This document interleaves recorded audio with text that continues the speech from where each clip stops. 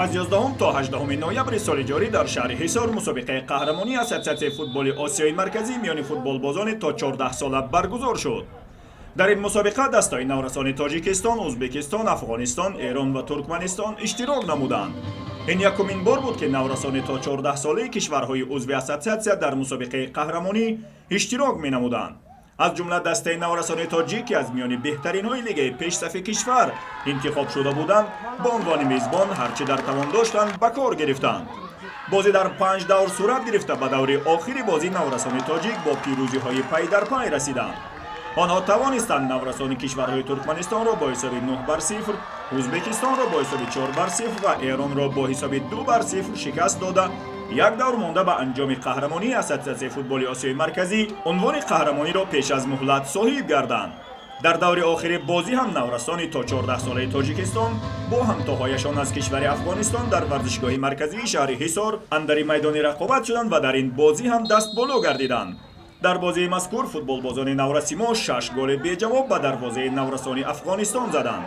این هم در حالی است که نورسان افغان هم در دوره‌های قبلی نورسان ایران و ترکمنستان را شکست داده در رقابت شدید و همگی با حساب 1-0 از نورسان ازبک مغلوب شده بودند. در هر صورت در یکمین قهرمانی آسیای مرکزی میان نورسان تا 14 ساله عنوان قهرمانی نصیب ورزشکاران تاجیکستان گردید.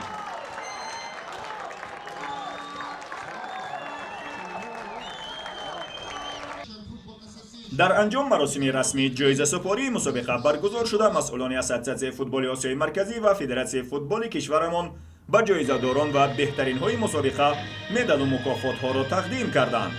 همینطور جایزه مخصوص مسابقه به فوتبالبازان نورسی افغان داده شد که در این مسابقه خوب درخشیدند. جایزه فیر پلی باشد به نورسان ترکمنستان تقدیم گردید. بهترین نشانزنی مسابقه به محمد نظریف و بهترین بازیگر مسابقه با فیروز جان شریپوف از دسته نورسان تاجیکستان اختصاص یافتند. ما سراول در مسابقه تیاری جدی دیدیم، خصوصا برای این مسابقه تا 14 ساله کف بین نورسان تا 14 ساله و کوشش کردیم هر یک بازی برای ما دشوار بود، توانستیم که بازی ها را پس سر نماییم، گل ها زیاد زنیم، مقصد بسیار گل ها زیاد زنیم و توانستیم که در این مسابقه سزاوار جای اول گردیم.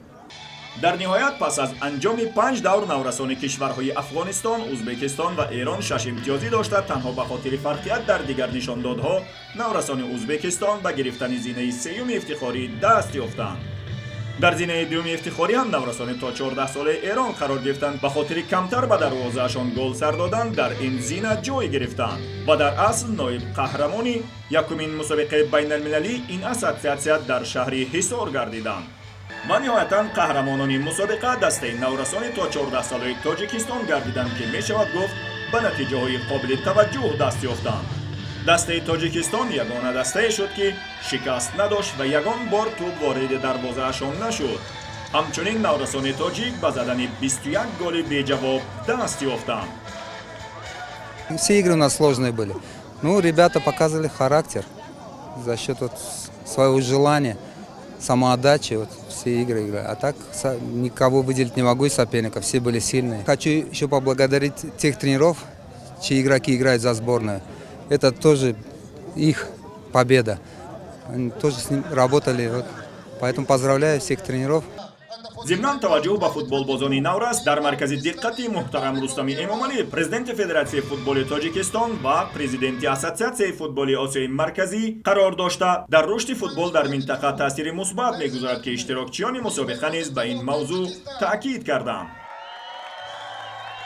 کلاً مسابقاتی که تو این سطح برگزار میشه برای آماده سازی تیم‌ها برای رقابت در سطوح بالاتر هست و مشخصه که تاجیکستان هم تو این زمینه سرمایه گذاری کردن، خوب کار کردن و اگر به همین ترتیب ادامه بدن میتونن در سالهای آینده پیشرفت خودشونو به فوتبال قاره آسیا نشون بدن.